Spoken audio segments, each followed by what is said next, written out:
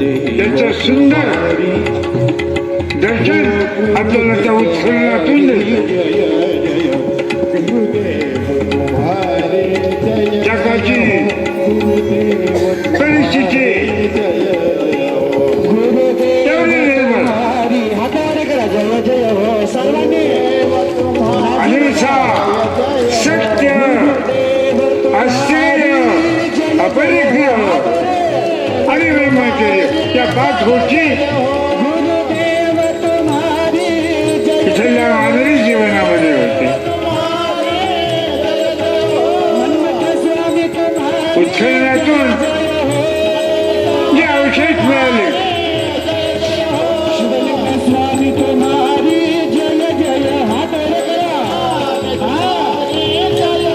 ते इतके चिंतनीय